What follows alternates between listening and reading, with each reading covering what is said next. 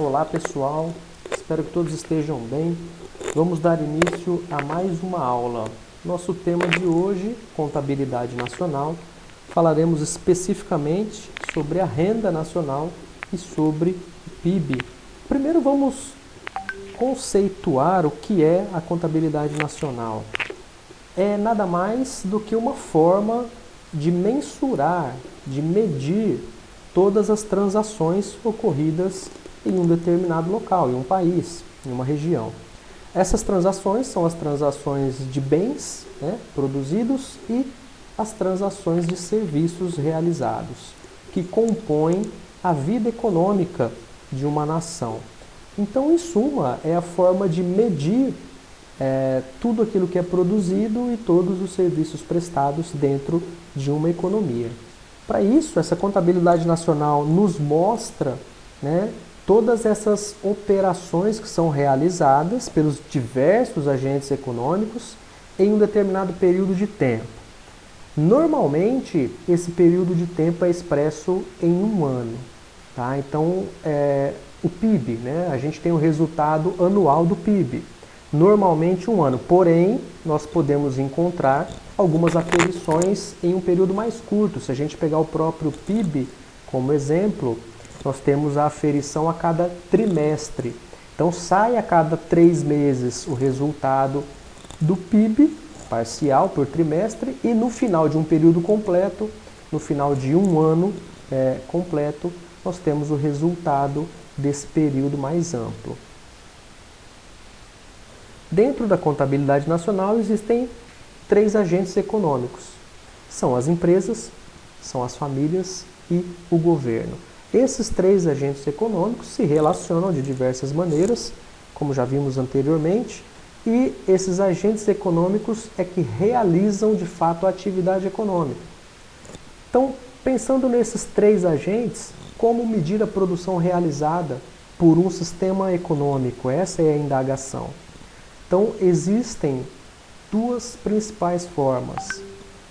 Nós podemos medir essa produção através da ótica do produto, e aí analisaremos o PIB, Produto Interno Bruto, e também através da ótica da renda, analisaremos as receitas das famílias. Não só famílias, podemos analisar também receitas das empresas, receitas do governo. Falando da ótica do produto, ela considera o preço e a quantidade produzida dos bens e dos serviços, mas apenas daqueles voltados para o consumo final. Então é importante destacar que dentro da ótica do produto, nós precisamos analisar os produtos finais, aqueles que são devidamente produzidos ou prestados, mas que já estão disponibilizados para o consumidor. Por que isso? Para evitar uma recontagem. Então, se a gente for calcular, por exemplo, para fazer pão, os insumos, a farinha, o sal, o leite, talvez, e calcular item a item, se você soma, você pode dar uma métrica diferenciada, uma métrica que não é real. Então, para isso, a gente utiliza apenas o produto final. O quanto se gastou para produzir um pão? X. Então, é essa métrica que vai para o PIB, para a ótica do produto. Assim, evita recontagem. Na ótica da renda, é a soma das remunerações feitas aos recursos produtivos durante um determinado período de tempo. Então, essas remunerações, elas podem acontecer através de salários, uma empresa que contrata e paga um salário, uma pessoa que é detentora de um imóvel e disponibiliza esse imóvel para aluguel, ou seja, ela recebe uma renda chamada aluguel, pessoas que realizam investimentos e que recebem em troca desses investimentos uma renda chamada, nesse caso, de juros, e empresas que oferem lucros, ou seja, que recebem seus lucros pela venda de seus bens ou serviços. Então, dentro dessas modalidades, nós destacamos que todas elas são passíveis de serem analisadas pela ótica da renda. Vamos ver alguns dos principais agregados macroeconômicos e vamos começar com o próprio PIB, Produto Interno Bruto, que é o valor de mercado de todos os bens. E lembrando mais uma vez, né, bens e serviços finais produzidos durante um determinado período de tempo, que geralmente é um ano, em uma determinada região, ou seja, em um determinado país, ou se você quiser fracionar e analisar de maneira mais microeconômica, de um estado, de um município e assim sucessivamente. Para analisarmos, e aqui é só para efeito de conhecimento, a equação do PIB. Então, o PIB é a soma do consumo mais os investimentos, mais os gastos do governo, mais a relação entre exportações menos importações, que essa relação final aqui se refere à nossa balança comercial. Tá? Então, apenas para efeito de conhecimento, nós não calcularemos essas métricas, mas para que vocês entendam que o PIB é formado pelo consumo, mais o investimento, mais os gastos do governo, mais as exportações menos as importações. Também como agregado macroeconômico, nós temos o produto nacional bruto. Então, como o próprio nome sugere, é a produção nacional. Então, nós pegamos o PIB, né, a obtenção de toda a produção de bens e serviços finais, e dele é deduzido, ou seja, é descontado as rendas enviadas ao exterior, né, o RLEE. Então, quando a gente pega, por exemplo, o PIB e reduz, né, a renda líquida enviada ao exterior, nós temos o produto nacional bruto. Então, desconta aquilo que não fica no país, aquilo que é enviado para o exterior, e aí nós temos como consequência o produto nacional bruto. Também temos, como agregado macroeconômico, o produto nacional líquido. Nada mais é do que pegar o produto nacional bruto, né, PIB menos a renda enviada ao exterior, e dele tirar a depreciação. E aí nós teremos o produto nacional líquido, que é obtido através dessa equação. Renda nacional é igual ao produto nacional líquido, menos os impostos indiretos das empresas. Então, nós pegamos o resultado do PNL, que é o PIB menos a renda enviada ao exterior, e desse resultado nós tiramos os impostos indiretos que são recolhidos pelas empresas. E aí nós temos o agregado denominado renda nacional. Dentro da renda também temos a renda pessoal.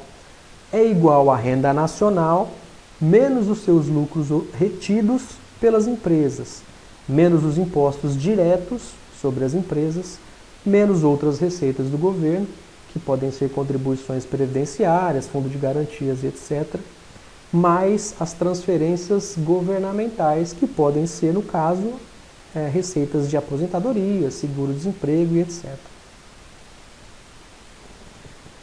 Em agregados, a renda pessoal é igual à renda familiar.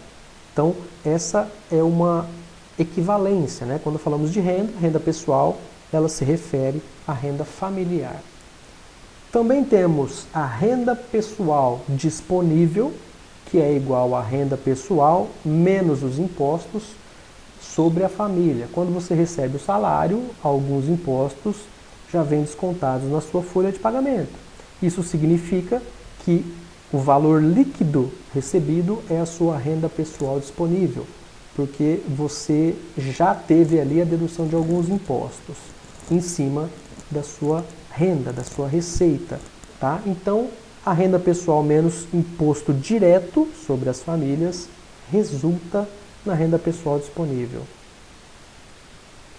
Então, para finalizar, pessoal, quais são os objetivos, né, dessa análise dos agregados macroeconômicos? Para que eles nos auxiliam com relação à atividade econômica?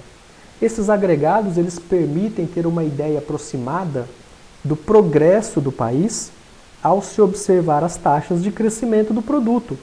Tá? Então, é possível, analisando esses números, esses indicadores econômicos, fazer um acompanhamento da saúde econômica do país.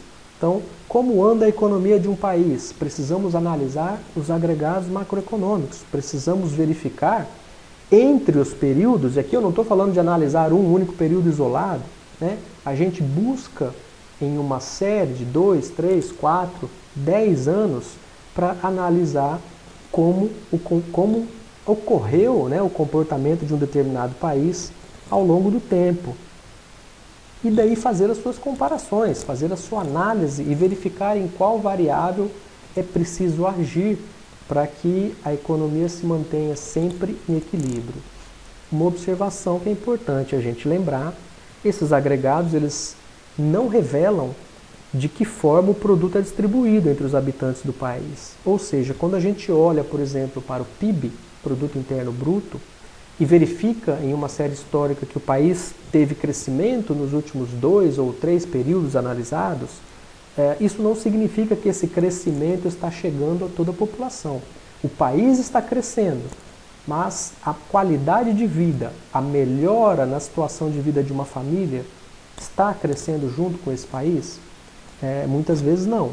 Então o PIB ele mascara a desigualdade social, por exemplo. Mesmo países que apresentam um grande crescimento econômico podem também apresentar desigualdade social. Bom, aqui nós temos análise de alguns indicadores macroeconômicos. O primeiro é o PIB, né, analisado aqui em bilhões de reais. Nós temos de 2016 até o primeiro trimestre de 2021. Então é possível a gente analisar que de 2016 até 2021, no primeiro trimestre, o PIB vem apresentando crescimento consecutivo. Tá? Então, crescimento às vezes muito moderado, mas crescimento. E esse PIB, tirando o ano de 2021, que ainda é um PIB parcial, em valores absolutos, né, nós estamos falando aqui em bilhões de reais, esse PIB vem crescendo. Tá? Lembrando que 2020, por exemplo, nós tivemos um ano praticamente inteiro com o PIB negativo. Tá? Mas, olhando em números absolutos, de 2019 para 2020, mesmo tendo um PIB negativo, a produção cresceu, certo? Nós temos também aqui a análise em dólar, tá? Mas vai refletir exatamente a mesma situação. Nós temos aqui a taxa de variação real desse PIB, que tirando o ano de 2016, onde ela apresentava uma variação negativa, ela teve aqui, para os anos de 2017, crescendo até 2018 e depois tornando a um cenário negativo de 2019 em diante, 2019 ainda positivo, mas 2020 e 2021, primeiro trimestre ainda negativos. Nós temos também a agropecuária aqui, o comportamento da agropecuária no PIB, que dá para perceber também 2016 negativo, 2017 uma variação muito expressiva, então 14% de crescimento, 2018, 2019 e mesmo com o cenário atual de dificuldade econômica que o país passa, nós temos um crescimento no PIB com relação à participação da agropecuária nele. Já na contramão, a indústria só se deu bem em 2018 e 2019, mas com um crescimento muito tímido, uma participação muito tímida também. E o setor de serviços teve também em 2016 uma participação negativa, porém auferiu um crescimento. E agora, por causa do cenário atual, também nós temos uma variação negativa na área de serviços. Bom, pessoal, isso nos demonstra, e aqui muito rapidamente, fazendo uma análise muito simplista, só para que vocês entendam o comportamento dessas variáveis ao longo de um período de tempo, né, que os agregados macroeconômicos nos auxiliam a fazer esta interpretação de inúmeras variáveis, como a renda, por exemplo, como o desemprego, por exemplo, como taxa básica de juros, inflação e outras variáveis econômicas.